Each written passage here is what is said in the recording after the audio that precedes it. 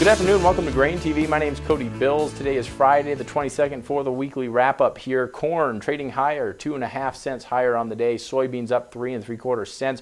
Wheat in Chicago trading up 6 3/4. Kansas City wheat up 11 3/4, and we had spring wheat trading higher among all the wheats here in the complex, up 14 1/4 here today. This morning we did have export sales out. It was 120,000 metric tons of reportable sales to China, so that did help soybeans earlier on in the trade.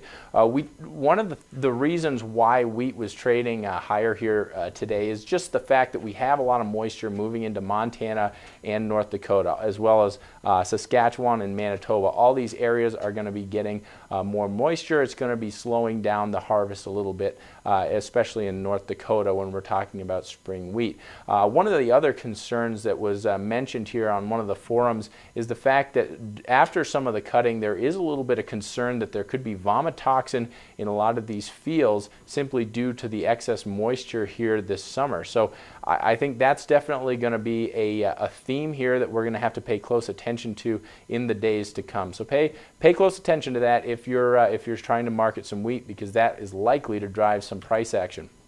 ProFarmer wrapped up their tour here today. They released their final yield number. Of course, this is the area that they traveled, going from Ohio and South Dakota all the way meeting up into Minnesota. Now, they released their final yield estimates, and what they said was that their expectation, their forecast for a U.S. yield is 169.3 bushels per acre for corn. That's higher than the USDA's 167.4 bushels per acre, and it's even higher than Planalytics' 168 bushels per acre.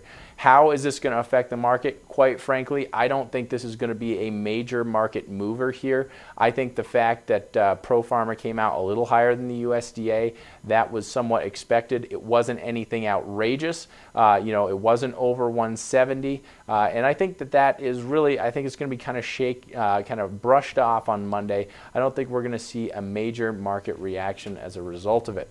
Of course, it is Friday, and we talk about cash markets here on Friday. So one of the things that I would like to highlight that happened throughout the U.S. is really how soybean spot basis has just skyrocketed here, up 26 cents on average at soy plants. And of course, it's up 26 cents on average throughout the country. Soy plants was relatively high. It was trading up on average about 60 cents higher here today. You can see there was a lot of strength in soybean basis in Iowa and eastern part of Nebraska here throughout the week. So that was very positive to see. I think a lot of this has to do with the spread action, the bullish spread action between the September and the November contract. But the truth is, when you look at the pipeline here for old crop soybeans, it's practically empty, and we're seeing a lot of basis jump here in Claypool, Indiana, jumping really basis up 400 points here, so $4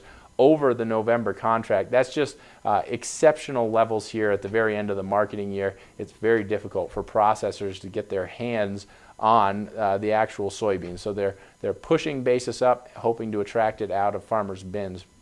Guys, that pretty much wraps up today's trade. If you have any questions about what we talked about, give us a call at 877-472-4607. Remember, you can take a demo of the mobile trading platform or the desktop trading platform at grainhedge.com.